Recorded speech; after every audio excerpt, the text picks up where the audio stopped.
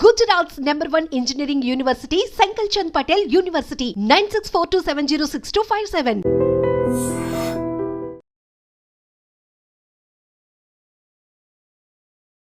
Hi hello నమస్తే, welcome back to Dream Media. ఈ రోజు మనతో ఉన్నారు విశ్వేశ్వర రెడ్డి గారు. ముఖ్యంగా యుఎస్ లో ఉన్న సిచ్యువేషన్స్ గురించి, అక్కడ అప్డేట్స్ గురించి ఒకసారి సార్ అడిగి తెలుసుకుందాం. సార్ అందరికి సుపరిచితులే, సో అక్కడ విషయాలు ఒకసారి తెలుసుకుందాం. నమస్కారం విశ్వేశ్వర రెడ్డి గారు. నమస్కారం సార్. లేటెస్ట్ అమెరికన్ అప్డేట్స్ చూసుకున్నట్లయితే ఫస్ట్ థింగ్, ఎవరైతే డిపెండబుల్ వీసా మీద అక్కడ ఉంటూ ఉంటారో, ఎవరైతే గ్రీన్ కార్డ్స్ మీద వెళ్ళి అక్కడ ఉన్న వాళ్ళు స్పౌస్ అయి ఉండొచ్చు, పేరెంట్స్ అయి ఉండొచ్చు, వాళ్ళు ఎయిర్పోర్ట్స్ లో ఉన్న టైంలో సెలవులకి ఇక్కడ నుంచి వచ్చి అక్కడికి వెళ్తున్న టైంలో అయి ఉండొచ్చు, వాళ్ళ పాస్పోర్ట్స్ చేతికి ఇచ్చేయమని అక్కడ అధికారులు చెప్తున్నట్టు కొన్ని వార్తలు వస్తున్నాయి. Is it true? ఒకవేళ నిజంగా అక్కడ ఇలా ఇమ్మని అడిగినట్లయితే ఎయిర్పోర్ట్ లో ఏం చేయాలంటారు? ఎక్కడ ఎయిర్పోర్ట్ అంటున్నారు? హైదరాబాద్ ఎయిర్పోర్ట్, అమెరికన్ ఎయిర్పోర్ట్ అంటారు? అమెరికన్ ఎయిర్పోర్ట్ లో తిరిగి వెళ్ళినప్పుడు. మళ్ళీ you can rephrase the question.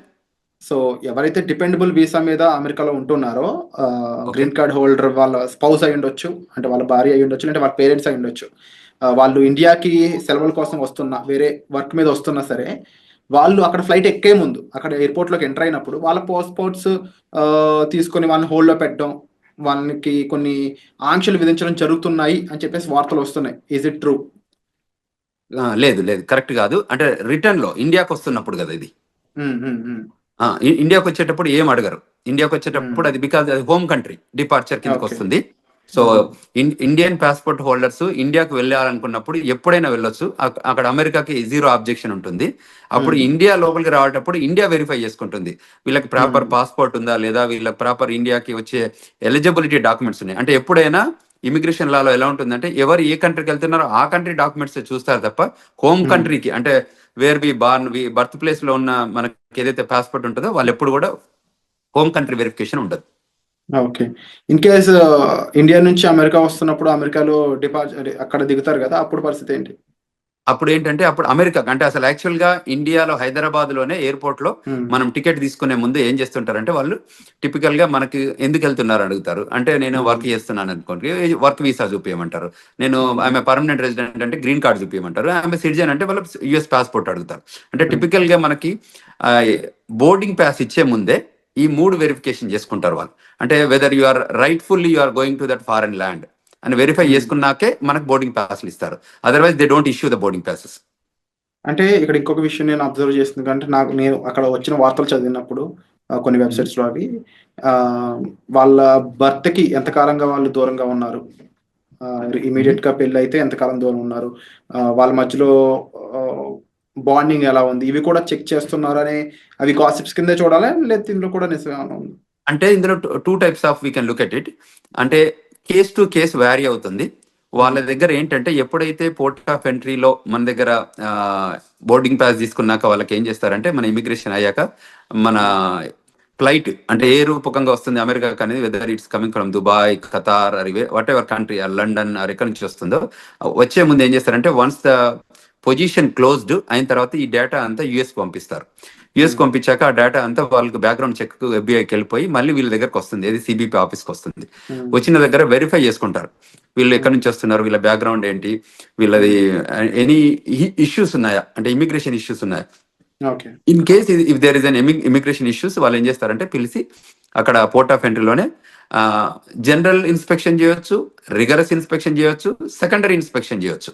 So ఈ 3 టైప్స్ ఆఫ్ ఇన్స్పెక్షన్ జరుగుతాయి. జనరల్ ఇన్స్పెక్షన్ అంటే వాళ్ళకి తెలిసిపోతుంది, అంటే గ్రీన్, ఎల్లో, రెడ్ ఛానల్ లాగా మనం ఇక్కడ పోర్ట్ ఆఫ్ ఎంట్రీలో ఉంటాయి చూడండి, అట్లా కస్టమ్స్ లలో green, red, yellow channel type.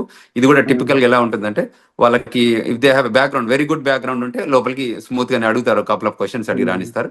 లేదు ఇంకా వాళ్ళకి డౌట్ ఉంటే ఒక 10 క్వశ్చన్స్ అడుగుతారు.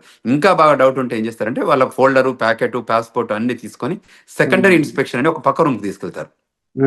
అక్కడ తీసుకెళ్లి ఒక 4-5 అవర్స్ కూర్చోబెట్టి ఆ 4-5 అవర్స్ లోపల ఏం చేస్తారంటే, వాళ్ళ పాస్పోర్టు, వాళ్ళ ఫోను, వాళ్ళ కంప్యూటరు, వాళ్ళ అన్ని తీసుకొని కూర్చోబెట్టి ఈ 4-5 అవర్స్ లోపల, అంటే వాట్ ఎవర్ దట్ స్టిపులేటెడ్ టైంలో వీళ్ళు ఏం చేస్తారంటే వాళ్ళ బ్యాక్గ్రౌండ్ చెక్ చేస్తారు. కంట్రీలో ఎప్పటి నుంచి వచ్చారు, ఎప్పుడు ఉన్నారు, ఇది మొదటిసారి వచ్చిందా లేకపోతే ఎన్నిసార్లు ఉన్న దానిలో ఇప్పుడు H1B మీద ఉంటే ఎవరు ఏ ఎంప్లాయర్ దగ్గర పనిచేస్తున్నాడు, ఎంప్లాయర్ దగ్గర అసలు జాబ్ ఉందా లేదా, అంటే టిపికల్ గా దే వెరిఫై ఎవ్రీథింగ్. ఒకవేళ ప్రయర్లీ ఏదైనా ఉంటే, ఈయనకి ఏదైనా స్పీడింగ్ టికెట్లు ఉన్నాయా, లేకపోతే ఇంకేదైనా క్రిమినల్ రికార్డ్ ఉందా, you know what I'm talking, and everything they will verify. అక్కడ ఏదైనా వయలేషన్స్ ఉన్నాయని గమనిస్తే ఆ సెకండరీ ఇన్స్పెక్షన్ లో గుర్తుపడితే ఏం చేస్తారంటే వాళ్ళని మళ్ళీ ఇంటర్వ్యూ ప్రాసెస్ లో తీసుకెళ్తారు. తీసుకెళ్లి ఆ ఇంటర్వ్యూలో ఒకవేళ వాళ్ళు వయలేట్ చేసిన ఏమైనా ఉంటే ప్రజెంట్ చేస్తారు. దీస్ ఆర్ ద సిచ్యువేషన్స్ ఉన్నాయి, వాట్ యూ థింక్ అంటే వాళ్ళు మనం అగ్రి అయ్యాం అనుకోని, అగ్రి అయితే వాళ్ళ వీసా క్యాన్సిల్ చేసేసి మళ్ళీ అక్కడ నుండి డిపోర్ట్ చేస్తారు. అంటే ఇప్పుడు ఫర్ ఎగ్జాంపుల్ జనరల్ అమెరికా పెళ్ళికొడుకు అంటే ఎక్కువ మంది ఇంపార్టెన్స్ ఇస్తూ ఉంటారు. ఆ రకంగా ఎప్పుడైనా వాళ్ళ అమ్మాయిని తిరిగి అక్కడ పంపినప్పుడు డిపెండబుల్ వీసా మీద అమ్మాయి వెళ్తుంది కాబట్టి కరెక్ట్, H4 వీసా మీద వస్తారు.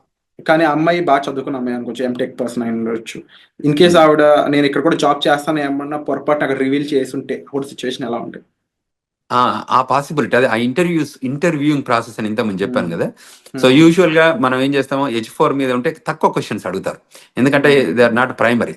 ఇన్ కేసు వాళ్ళకి బాగా డౌట్ వస్తే వాళ్ళు అడగొచ్చు, అడిగితే ఆ పొటెన్షియల్ థింకింగ్ ఉంటే అప్పుడు ఆలోచిస్తారు. కానీ మెజారిటీ 98% పెద్ద ఇష్యూస్ ఏమి ఉండవు దానికి. ఎందుకంటే H1 వాళ్ళని బాగా వెరిఫై చేస్తారు, గ్రిల్ చేస్తారు, make sure that they have a job or not అని వెరిఫై చేసుకుంటారు. అంటే H1 వాళ్ళు ఎలాంటి జాగ్రత్తలు తీసుకోవాలంటారు అక్కడ ఇంటర్వ్యూ కానీ అక్కడ క్వశ్చన్ చేసినప్పుడు? తప్పకుండా వాళ్ళు H1B హోల్డర్ అసలు ఫస్ట్ ఆఫ్ ఆల్ మేము ఇండియాకి వెళ్ళొద్దనే సజెషన్ చేస్తున్నాం ఈ టైంలో పర్టికులర్ గా. ఇన్ కేసు వాళ్ళు ఇండియాకి వెళ్ళాల్సి వచ్చి ఎమర్జెన్సీ సిచ్యువేషన్ వెళ్ళాల్సి వస్తే వచ్చే ముందు మీరు ఏదైతే ఎంప్లాయర్ దగ్గర పని చేయబోతున్నారో ఆ ఎంప్లాయర్ దగ్గర నుంచి ఒక క్లయింట్ లెటర్ కానీ, మీ ఎంప్లాయ్మెంట్ లెటర్ కానీ, మోస్ట్ రీసెంట్ పే స్టెప్స్ కానీ, లాస్ట్ W2s కానివ్వండి, ఇవి మీరు ఒక ఫోల్డర్లో పెట్టుకోండి. వాళ్ళు వచ్చి అడిగినప్పుడు మీరు ఫేర్ గా చూపించేటట్టు, అంటే పాస్ట్ 2-3 ఏళ్ల నుంచి ఆ కంపెనీతో పనిచేసి ఉంటే వాళ్ళ కంపెనీ W2s కానివ్వండి, మోస్ట్ రీసెంట్ గా మనం ఇయర్ లో పే స్టబ్స్ ఉంటాయి, ఎవ్రీ మంత్ కానీ 15 days కానీ పే స్టబ్స్ ఉంటాయి, అవి హోల్డ్ చేయడం కానీ, తర్వాత ట్యాక్స్ రిటర్న్స్ కానీ ఏవైతే ఉంటాయో అది కూడా, తర్వాత ఏదైతే క్లయింట్ లొకేషన్ లో పనిచేస్తున్నారో వాళ్ళ బ్యాడ్జ్ ఉంటుంది, ఆ కంపెనీ బ్యాడ్జ్ ఉంటుంది కదా, ఆ బ్యాడ్జింగ్ కూడా పెట్టుకొని ఉంటే జాగ్రత్తలు ఉంటే వాళ్ళు ఏ క్వశ్చన్స్ అడిగినా మనం 1 by 1 మనం ప్రజెంట్ చేయగలిగితే ఏమవుతుంది అంటే వాళ్ళకి కూడా కాన్ఫిడెన్స్ వస్తుంది. దిస్ గైజ్ వర్క్ ప్లేస్ లో ఉంది, ఈయనకి పర్మనెంట్ ఎంప్లాయ్మెంట్ ఉంది అక్కడ, సో అంచేత మనం ఆయనని వెల్కమ్ చెప్పాలి అన్నట్టు ఉంటుంది. వాళ్ళు వెరిఫై చేసుకొని అవన్నీ వ్యాలిడ్ ఉంటే తప్పకుండా వాళ్ళు వెల్కమ్ చెప్తారు, అండ్ విత్ గుడ్ మూమెంట్స్ తో వెల్కమ్ చెప్తారు. అండ్ సార్ ఎలాంటి సినారియోలో అయినా ఇన్ కేస్ అక్కడ ఆఫీసర్స్ అంటే ఇక్కడ పర్సన్ ని పాస్పోర్ట్ హ్యాండ్ ఓవర్ చేయమనే సిచ్యువేషన్ వస్తుందంటారా? ఎలాంటి సిచ్యువేషన్ లో రావచ్చు వస్తే? ఇప్పుడు సెకండరీ ఇన్స్పెక్షన్కి వెళ్ళినప్పుడు మనం తప్పకుండా పాస్పోర్ట్ హ్యాండ్ ఓవర్ చేయాల్సి వస్తుంది. ఓకే, సెకండరీ ఇప్పుడు మనం ఏదైతే ప్రైమరీ ఇన్స్పెక్షన్ అంటే ప్రతి దానికి వాళ్ళు పాస్పోర్ట్ తీసుకుంటారు, పాస్పోర్ట్ స్కాన్ చేస్తారు, వాళ్ళ దగ్గర కంప్యూటర్ ఉంటుంది కదా. ఇప్పుడు you're an Indian, you're coming on F1 visa, so passport తీసుకుంటారు, ఫింగర్ ప్రింటింగ్ తీసుకుంటారు, తర్వాత ఐరిష్ చెక్ చేస్తారు, పిక్చర్ తీస్తారు, ఫింగర్ ప్రింటింగ్ టోటల్ 10 fingers అంటే 2 hands పెట్టి 10 fingers చెక్ చేసుకున్న తర్వాత ఇంటర్వ్యూ క్వశ్చన్స్ ఉండి దాని తర్వాతనే పంపిస్తారు. ఈ పాస్పోర్ట్ అందులో స్కాన్ చేస్తేనే అప్పుడు వాళ్ళకి డీటెయిల్స్ అన్ని వస్తాయి కదా. So 100% they collect the passport. Only thing ఏంటంటే గ్రీన్ లాగా ఉంటే మళ్ళీ they will hand over everything, passport ఇచ్చేసి నో వెల్కమ్ టు అమెరికా అని చెప్పేసి పంపించేస్తారు. సో అది H1B ఏదంటే వాళ్ళ ఎంప్లాయ్మెంట్ ఉందా లేదా వెరిఫై చేసుకొని ఆ క్వశ్చన్స్ అడుగుతారు, ఎక్కడ పని చేస్తున్నారు, ఏంటి, ఏ జాబ్ చేస్తున్నారు, ప్రోగ్రామ్ అనలిస్టా ఏంటి అంటే డేటా అనలిస్టా, దోస్ కైండ్ ఆఫ్ క్వశ్చన్స్ అన్నట్టు. సో క్లయింట్ లొకేషన్ లో జాబ్ ఉందా వెరిఫై చేసుకొని, మీ ఎంప్లాయర్ తో టచ్ లో ఉన్నావా, అంటే దీస్ ఆర్ ద కొన్ని కామన్ మినిమం క్వశ్చన్స్ ఉంటాయి కదా. ఆ మినిమం క్వశ్చన్స్ అడిగాక మళ్ళీ దే హ్యాండ్ ఓవర్, లోపలికి వెళ్ళాక ఫస్ట్ పాస్పోర్ట్ తీసుకొని క్వశ్చన్స్ అడిగాక మళ్ళీ పాస్పోర్ట్ హ్యాండ్ ఓవర్ చేస్తారు. సో పాస్పోర్ట్ తీసుకోవడం అనేది ఒక common practice. Only American citizens అయి ఉండి వాళ్ళకి గ్లోబల్ ఎంట్రీ ఉంటే తప్ప వీళ్ళని యూజువల్ గా గ్లోబల్ ఎంట్రీ ఉన్న వాళ్ళకి ఎలా ఉంటుందంటే వాళ్ళకి ఐరిష్ తో టెస్ట్ చేస్తారు, వాళ్ళకి ఇండిపెండెంట్ గా వాళ్ళే స్కాన్ చేసుకోవచ్చు, వాళ్ళే పిక్చర్ దిగొచ్చు.